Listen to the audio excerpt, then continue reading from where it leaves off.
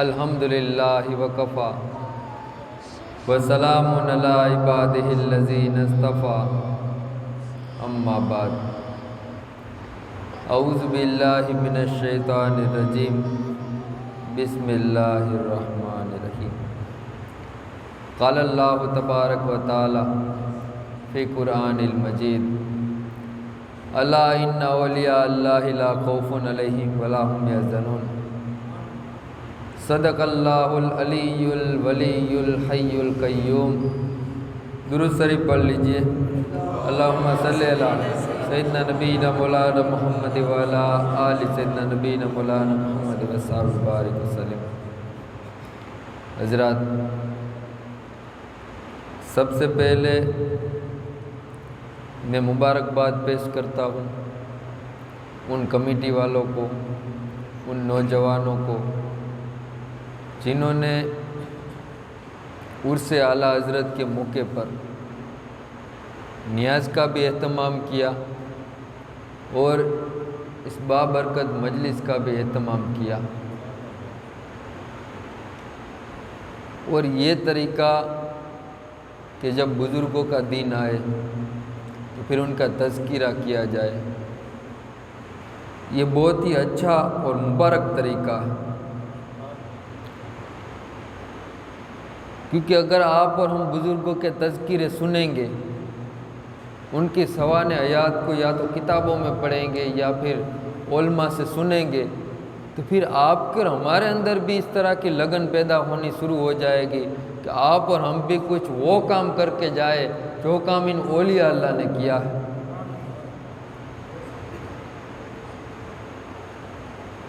یہ سارا کام اس وقت ہو سکتا ہے جب آپ کو اور ہمیں ہمارے بزرگوں کے بارے میں پتہ ہو کہ ہمارے بزرگ کیسی زندگی گزار کر کے اس دنیا سے رخصت ہوئے۔ اسی لیے مبارکباد کے قابل ہے وہ لوگ جنہوں نے یہ طریقہ اختیار کیا۔ الحمدللہ میں بڑے عرصے سے دیکھ رہا ہوں کہ جب بھی کسی بزرگ کا دن آتا ہے تو پھر نیاز پکاتے ہیں، لوگوں کو نیاز کھلاتے ہیں، اور اس بہانے سے لوگوں کو یاد کرواتے ہیں کہ اس تاریخ کو کس بزرگ کا دن ہے۔ اور اعلیٰ حضرت کے عرس کے موقع پر انہوں نے محفل کا بھی اہتمام کیا، اور الحمدللہ ہماری بھی کمیٹی نے یہ عرس مجدد الف ثانی کے موقع پر ان کا بھی وہ تقریر کا پروگرام رکھا ہم نے ان کی شان میں بھی۔ تو یہ طریقہ آپ کو اور ہمیں اپنانا چاہیے۔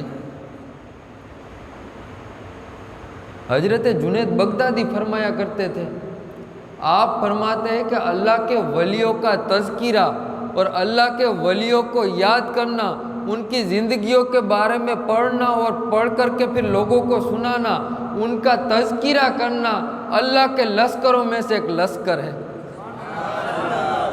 آپ فرماتے ہیں کہ ایک تو وہ لشکر ہوتا ہے جنگ کے موقع پر کہ سامنے بھی تلواریں لے کر کے سپاہی کھڑے ہوتے ہیں، اس طرف بھی پھر سپاہی تلواریں لے کر کے کھڑے ہوتے ہیں، اور آپس میں گھماسان کی جنگ ہوتی ہے۔ کبھی یہ والا اس طرف والا آدمی اس طرف والے آدمی کو قتل کرتا ہے، کبھی اس طرف والا اس طرف والے آدمی کو قتل کرتا ہے۔ لیکن جنید بغدادی فرماتے ہیں کہ ولیوں کا تذکرہ ایسا تذکرہ ہے جس سے انسان نہیں قتل ہوتا، لیکن انسان کا دل اللہ کی یاد میں لگ جاتا ہے، گویا کہ انسان کا دل قتل ہو جاتا ہے۔ ہاں، اتنے مبارک تذکرے ان اولیاء اللہ کے ہیں، اور اس میں بھی خاص کر کے جن کا یہ مبارک دن ہے، اعلیٰ حضرت عظیم البرکت مجدد دین و ملت شاہ امام احمد رضا خاں فاضل بریلوی علیہ رحمت و رضوان، ان کو اللہ تبارک و تعالیٰ نے کیسا علم، کیسا تقوی، کیسی آپ کی عبادتیں بتاتے ہیں کہ آپ نے علم کے کام کے لیے ایک دن میں 22 گھنٹہ کام کرتے، صرف 2 گھنٹہ ہی آپ آرام فرماتے۔ ایسے ہی دنیا میں ان کا نام نہیں ہے۔ آج اعلیٰ حضرت کو کون نہیں پہچانتا، بلکہ بچہ بچہ یہ نعرہ لگاتا ہے کہ مسلک اعلیٰ حضرت زندہ باد۔ کیوں نعرہ لگتا ہے؟ اس وجہ سے لگتا ہے کہ اعلیٰ حضرت نے اپنی پوری زندگی شریعت و سنت کے مطابق گزاری، اور اس دین کو آگے پھیلانے کے لیے آپ نے 22 گھنٹے علمی کام کیا۔ یہ کوئی آسان بات ہے؟ آپ سے اور ہمارے سے تو 5 وقت کی نماز ہی نہیں پڑھی جا رہی، تو یہ کوئی آسان کام ہے 22 گھنٹے دین کے لیے دینا؟ اور اعلیٰ حضرت کے علم کا مقام آپ سوچیں کہ کتنا اونچا مقام ہوگا۔ ایک اس دور کے بہت بڑے بزرگ تھے جن کا نام ہے محدث سورتی، اور آپ بہت بڑے محدث اور حدیث کے امام۔ آپ کو کیا ہے کہ اعلیٰ حضرت سے بے انتہا محبت تھی۔ آپ اعلیٰ حضرت کی بارگاہ میں بیٹھے رہتے، اعلیٰ حضرت کی باتیں سنتے، ادب و احترام کے ساتھ بیٹھتے، حالانکہ آپ خود وقت کے بہت بڑے امام اور بہت بڑے محدث تھے، حدیث کے بہت بڑے امام تھے۔ تو کسی نے آپ سے پوچھ لیا، آپ سے پوچھا کہ آپ تو اعلیٰ حضرت کے شاگرد بھی نہیں ہیں اور آپ اعلیٰ حضرت کے مرید بھی نہیں ہیں، پھر آپ اعلیٰ حضرت کا اتنا ادب و احترام کیوں کرتے ہیں، اعلیٰ حضرت کے ساتھ اتنا زیادہ وقت کیوں گزارتے ہیں؟ بلکہ ہم نے تو دیکھا ہے کہ آپ جس طرح سے کسی پیر کے کوئی خادم ہوتے ہیں، اسی طرح آپ اعلیٰ حضرت کی خدمت کرتے ہیں، حالانکہ آپ تو ان کے شاگرد بھی نہیں ہیں، مرید بھی نہیں ہیں۔ اس کی کیا وجہ ہے؟ تو حضرت محدث سورتی رحمۃ اللہ تعالیٰ علیہ نے عجیب جواب دیا۔ آپ نے فرمایا کہ میں اعلیٰ حضرت کا مرید بھی نہیں ہوں، آپ کا شاگرد بھی نہیں ہوں، میں نے علم بھی دوسری جگہ سے سیکھا ہے اور میں مرید بھی دوسرے پیر کا ہوں، لیکن جو دوسرے پیر سے مجھے اس کے رسول نہیں ملا، دوسرے استاد سے مجھے جو اس کے رسول نہیں ملا، وہ اس کے رسول مجھے اعلیٰ حضرت سے ملا ہے۔ اس لیے میں ہر وقت اعلیٰ حضرت کی خدمت میں رہتا ہوں کہ اعلیٰ حضرت کی وجہ سے مجھے یہ اس کے رسول کی کیفیت میرے دل میں یوں پیدا ہو گئی۔ اور بتاتے کہ ایک مرتبہ اعلیٰ حضرت کے یہاں کوئی خاص موقع تھا، تو اس خاص موقع کے مناسبت سے حضرت محدث سورتی بھی وہاں تھے، اور اعلیٰ حضرت کے گھر پہ بہت سے الگ الگ کھانے تیار کروائے گئے تھے۔ تو اتنے میں کیا ہوا کہ جب کھانے کا وقت ہوا، اعلیٰ حضرت بھی دسترخوان پر بیٹھے اور وہ حضرت محدث سورتی وہ بھی بیٹھے، اور دوسرے بھی جو آپ کے مریدین اور آپ کے محبین تھے وہ بھی کھانا کھانے کے لیے بیٹھے۔ تو آپ کے سامنے ایک سبزی تھی، وہ کس کی؟ بینگن کی، جس کو آپ اور ہم رینگڑا کہتے ہیں، بینگن کی سبزی تھی۔ اب وہ محدث سورتی وہ بینگن کی سبزی کھانے لگ گئے، حالانکہ اور بھی آئٹمیں تھی، طرح طرح کے کھانے تھے، لیکن آپ نے کیا کہ بینگن کی سبزی کھانا شروع کی۔ اب اعلیٰ حضرت نے دیکھا کہ اتنی اچھی اچھی آئٹمیں ہیں، لیکن انہوں نے بینگن کھانا شروع کیا ہے۔ تو اعلیٰ حضرت نے پوچھ لیا محدث سورتی سے، کیونکہ وہ حدیث کے بہت بڑے امام تھے، ان سے اعلیٰ حضرت نے پوچھا کہ محدث سورتی، اس بینگن کے بارے میں بھی کیا کوئی حدیث تمہاری نظر میں ہے؟ کیا حضور صلی اللہ تعالیٰ علیہ وسلم نے اس بینگن کے بارے میں بھی کچھ بیان کیا ہے، اس رینگڑے کے بارے میں بھی کچھ بیان کیا ہے؟ آج آپ کر ہمارے دسترخوان پہ دیکھے، آج آپ اور ہم کھانا کھا رہے ہوتے ہیں، سامنے ٹی وی چل رہا ہوتا ہے اور طرح طرح کی ناجائز چیزیں آپ اور ہم ٹی وی میں دیکھ رہے ہوتے ہیں۔ آپ کے اور ہمارے دسترخوان کا تو عالم یہ ہے، لیکن اعلیٰ حضرت کے دسترخوان کا عالم ہی کچھ الگ تھا۔ آپ نے پوچھ لیا کہ اس کے بارے میں کوئی حدیث تم نے پڑھی ہے، تمہاری نظر میں ہے؟ تو بتاتے ہیں کہ حضرت محدث سورتی نے بینگن کے بارے میں 7 حدیثیں بیان کی، بینگن کی فضیلت پر کہ بینگن کھانے میں کتنا ثواب ملتا ہے، اس کی فضیلت پر 7 حدیثیں بیان کر دی۔ کتنے بڑے امام تھے حدیث کے۔ پھر وہ چپ ہو گئے، 7 حدیث بیان کر کے اب چپ، اب آگے آپ کو پتہ نہیں تھا۔ تو پھر اعلیٰ حضرت نے پوچھا کہ اور بھی کوئی حدیث آپ کی نظر میں ہے؟ انہوں نے کہا حضرت اب کوئی نظر میں نہیں ہے، 7 حدیث کیا کم ہے، وہ بھی بینگن کی فضیلت میں، اور کوئی نظر میں ہے؟ انہوں نے کہا نہیں۔ کہا حضرت آپ کی نظر میں ہو تو آپ بیان کر دو۔ تو بتاتے ہیں کہ 7 حدیثیں تو محدث سورتی نے بیان کی تھی، باقی کی 7 حدیثیں اس کے علاوہ کی اعلیٰ حضرت نے بیان کر دی۔ پھر اعلیٰ حضرت نے فرمایا کہ محدث سورتی ابھی بھی بات ختم نہیں ہوئی، یوں کر کے آپ نے واپس سے اور 7 حدیثیں بینگن کی فضیلت پر اعلیٰ حضرت نے بیان کر دی۔ گویا کہ یہ جو آنکڑا تھا حدیث کا، یہ 21 تک پہنچا دیا۔ ہاں، پھر آگے عجیب بات کی اعلیٰ حضرت نے، اب یہ سماعت کرنے والی بات ہے، یہ سننے والی۔ پھر اعلیٰ حضرت نے یوں 21 حدیث تک یہ تعداد پہنچائی، پھر آپ نے واپس سے 1 نمبر سے شروع کیا، جو محدث سورتی نے جو سب سے پہلے حدیث بیان کی تھی اس کی طرف آئے، اور آ کر کے اس کی سند پر آپ بیان کرنے لگ گئے سند کس کو کہتے ہیں؟ سند کہتے ہیں کہ فلاں راوی نے فلاں راوی سے بیان کیا، انہوں نے اس سے بیان کیا، انہوں نے اس سے بیان کیا، یوں یہ سلسلہ آگے جا کر کے تابعی تک پہنچتا ہے، تبع تابعی تک، وہاں سے تابعی تک، وہاں سے صحابی تک، اور پھر صحابہ سے پھر آگے حضور تک یہ سلسلہ پہنچتا ہے، اس کو کہتے ہیں سند۔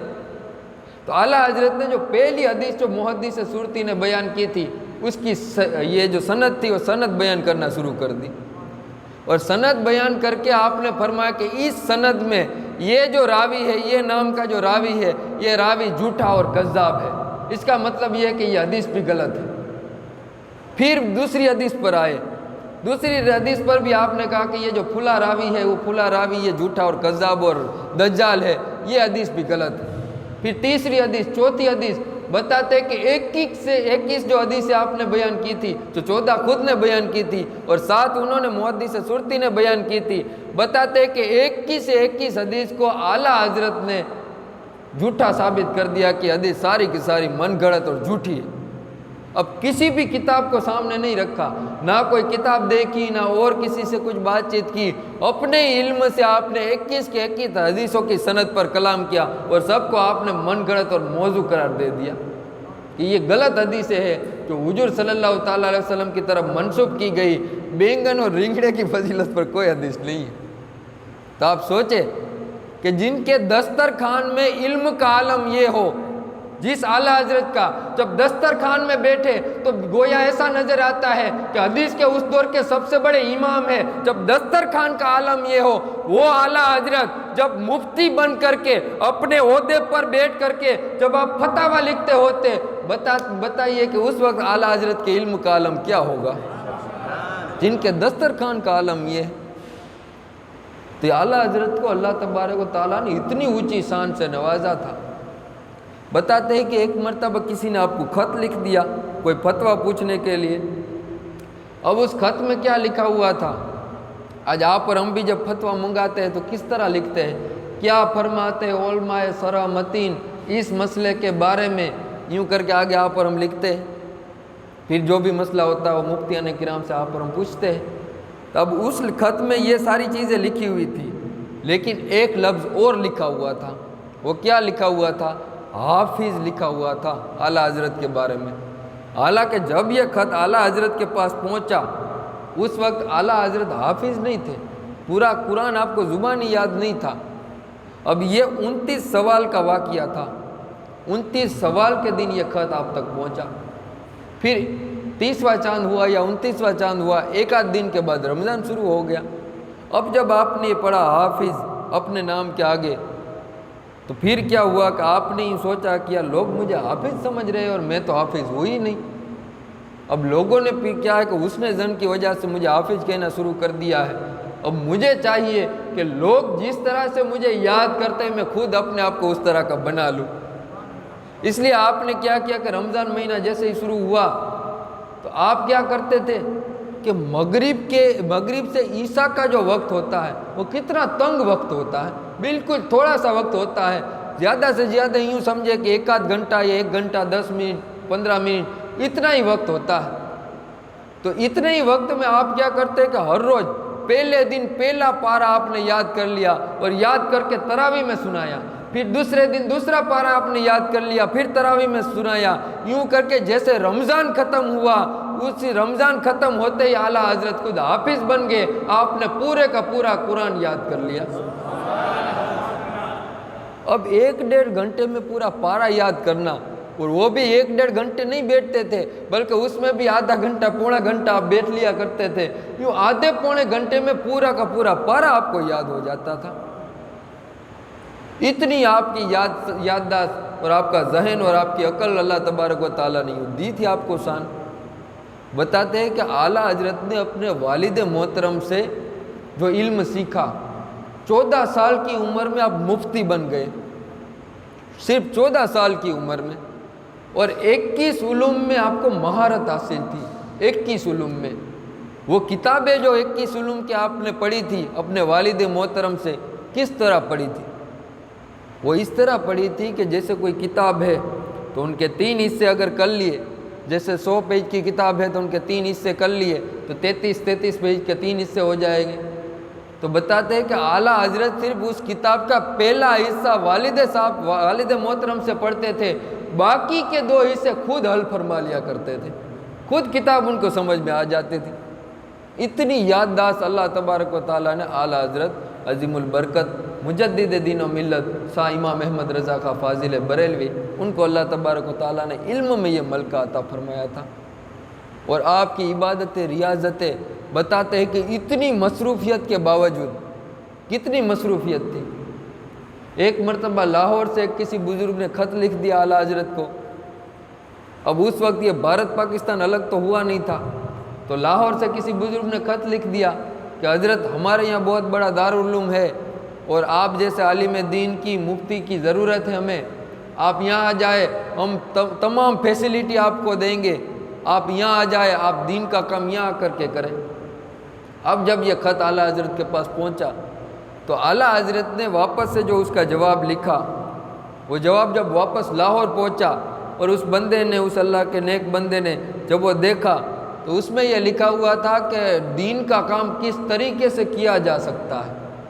یہ سارے طریقے لکھے تھے کہ کس کس طریقے سے دین کا کام کرنا چاہیے اور کس طریقے سے کریں گے تو دین کا کام آسانی سے آگے بڑھے گا۔ یہ سارے طریقے لکھے تھے اور یہ سارے طریقے لکھ کر کے پھر اعلیٰ حضرت نے نیچے لکھا کہ تم ایک مرتبہ بریلی شریف آ کر کے دیکھ لو، میں ایک لمحے کے لیے بھی فارغ نہیں ہوں، ایک لمحے کے لیے بھی میں فارغ نہیں ہوں، میں نے اپنا سارا وقت دین اسلام کے لیے وقف کر رکھا ہے۔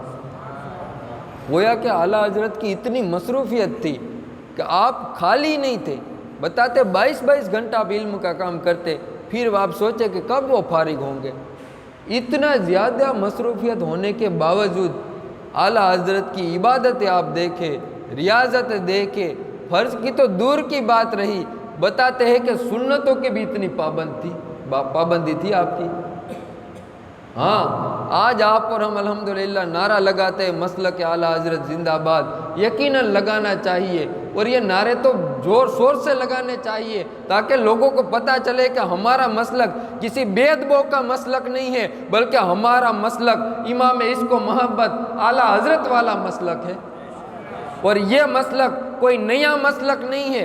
آج ہم یاد تو کرتے کس طرح سے مسلک اعلیٰ حضرت، لیکن یہ مسلک صرف ایسا نہیں ہے کہ صرف اعلیٰ حضرت سے یہ مسلک شروع ہوا ہے، نہیں، یہی مسلک غوث اعظم کا بھی ہے، امام اعظم ابو حنیفہ کا بھی ہے، امام شافعی، امام مالک، امام احمد بن حنبل، امام ربانی مجدد الفسانی، گویا کہ محدثین، فقہا، اولیاء، اس امت کے 1400 سال میں جتنے بھی بزرگان دین ہوئے، ان تمام بزرگان دین کے مسلک کو اگر کوئی اور نام دے دیا جائے تو وہ اور نام اور کوئی نہیں بلکہ مسلک اعلیٰ حضرت ہے۔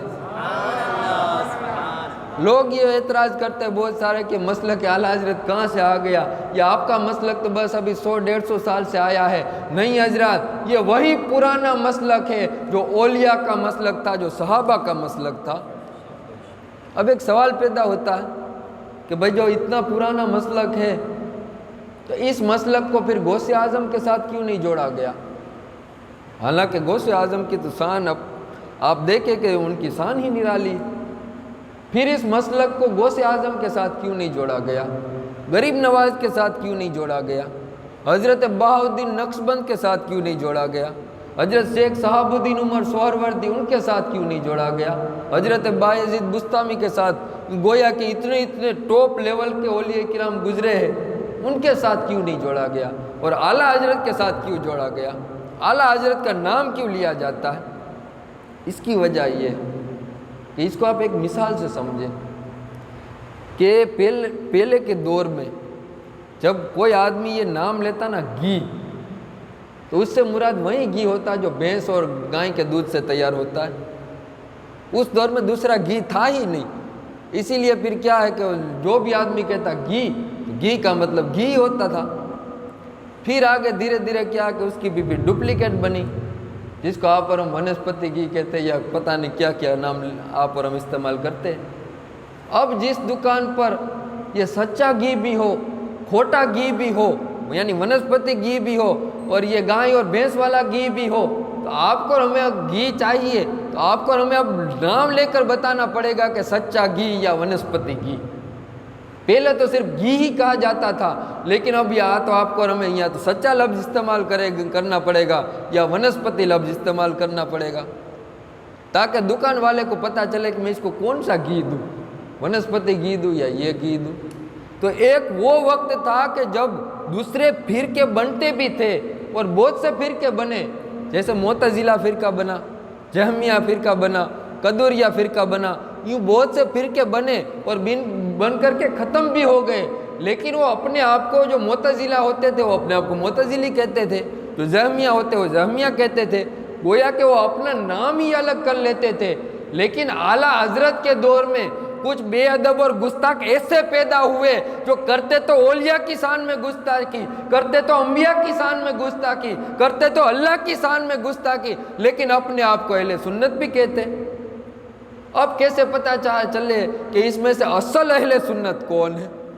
اسی لیے پھر علماء کرام کو مسلک اعلیٰ حضرت کہنا پڑا کہ وہ بھی اپنے آپ کو اہل سنت کہتے ہیں اور ہم بھی اپنے آپ کو اہل سنت کہتے ہیں، لیکن اس میں سے اصل اور اوریجنل گھی جس طرح سے بازار میں ہوتا ہے، اس میں سے اوریجنل اصل اہل سنت والجماعت کون ہے تو پتہ چلے گا کہ وہاں لیبل دیکھ لو، اگر مسلک اعلیٰ حضرت کا لیبل ہے تو سچا پکا اہل سنت والجماعت ہے۔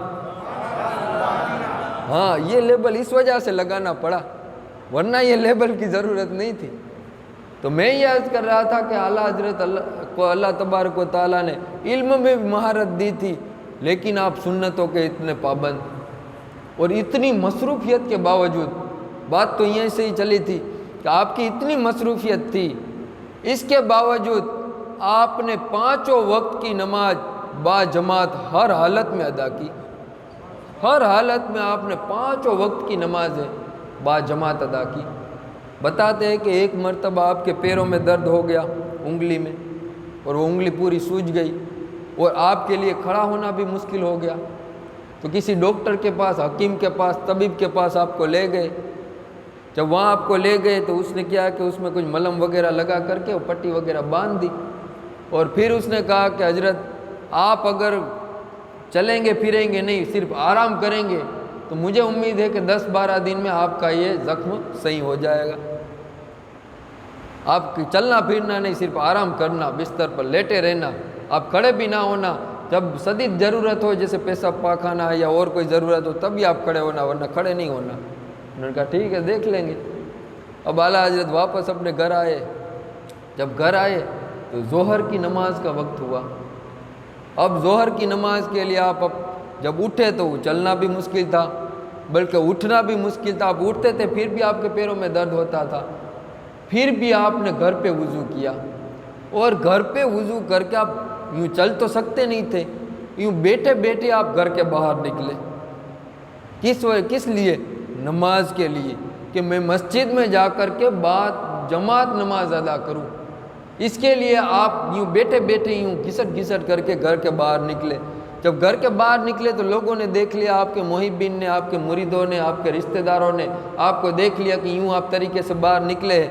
انہوں نے کیا کیا کہ ایک اس طرح کی کرسی منگائی، حضرت کو کرسی پر بٹھایا، اور چاروں یہ جو کونے ہیں کرسی کے، وہ کرسی کے چاروں کونے اٹھا کر کے اعلیٰ حضرت کو مسجد تک پہنچایا گیا۔